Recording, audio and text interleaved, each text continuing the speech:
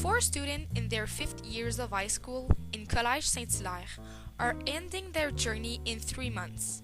Like other students of their age, they have lived some beautiful experiences during their days in high school, but of course, some bad ones too. They are looking forward to the day they will leave the college, but they know that they will not be able to relive these beautiful teen experiences. Just for laugh, they have decided to exaggerate the little things that bug them during their journeys at high school. This is the story of four girls who want to share their terrible experiences in the Saint Hilaire prison for the past 5 years. They have been tortured by the warden and the guards who have been very rough with them. They were arrested and held against their will for 5 years because they were undereducated. This is their journey. This is our prison, where we have been incarcerated for the past 5 years. Saint-Hilaire Prison. We are arrested, the four of us, Jasmine, Catherine, Christina, and Stephanie, in September 2006 because we were not enough educated compared to the rest of the teens in our society. Come with us. We will explain to you our terrible and traumatic experience. First of all, just to situate you, the jail is in the middle of nowhere, in Saint-Hilaire, Quebec. We are not close to civilization. We are lost in a remote area. This is a picture of us, September 1st, 2006, on our first day here. We aren't very happy, are we? We are so traumatized. Here we are, four model prisoners. We do not want to have any problems. When we first arrived, the warden wanted us to be comfortable and confident in the establishment and hope our journey to a better education would be successful. She emphasized the good matters we would learn here and also the good values we would learn for life. At the entrance, where we first welcomed, the hall was very big and well decorated. It was such a beautiful picture at first glance. But once we put one foot in the jail, we quickly realized the horror. This is one of our cells. We are approximately 30 and live in these cells for now 5 years. We are tired of always being with the same prisoners 24 hours a day, 7 days a week. We are fed up with each other. We always get on each other's nerves. 4 times each day for about 75 minutes, a different guard enters our cell and teaches us something. All boring stuff like math, chemistry, physics, history, French, English to educate us. As they say, can someone tell us how this information is supposed to help us when we will finally leave this jail in 3 months? If the police had put us in another area jail when we were arrested in 2006, we are convinced that it would have been less terrible and maybe more funny. We will now show you some rooms of our prison. We needed to receive permission to have access to them. This is our cafeteria, where all the prisoners eat at 12:45 p.m. each day of the year, 7 days a week.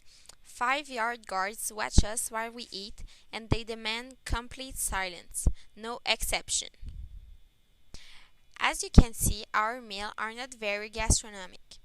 We have small portion and we can ask for more. We are rationed. In the first month here, we were sure that we will die of starvation. But after 5 years, we are accustomed to always having an empty stomach. We forgot to mention that we only have one meal a day. That's all. During the day, if we don't have classes and the guards allow it, we can leave ourselves to go to the library to complete the work they have given us.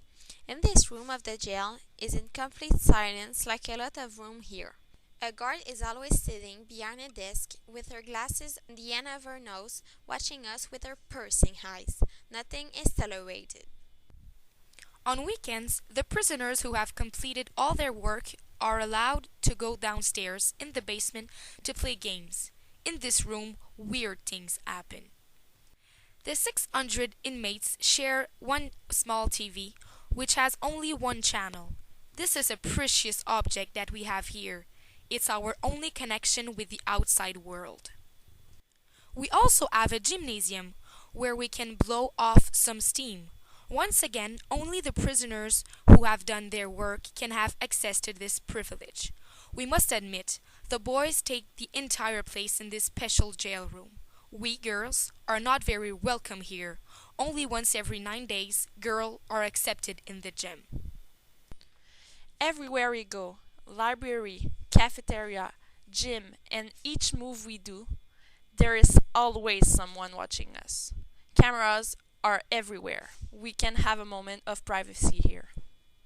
The only room where we can bend the rules is in the washroom.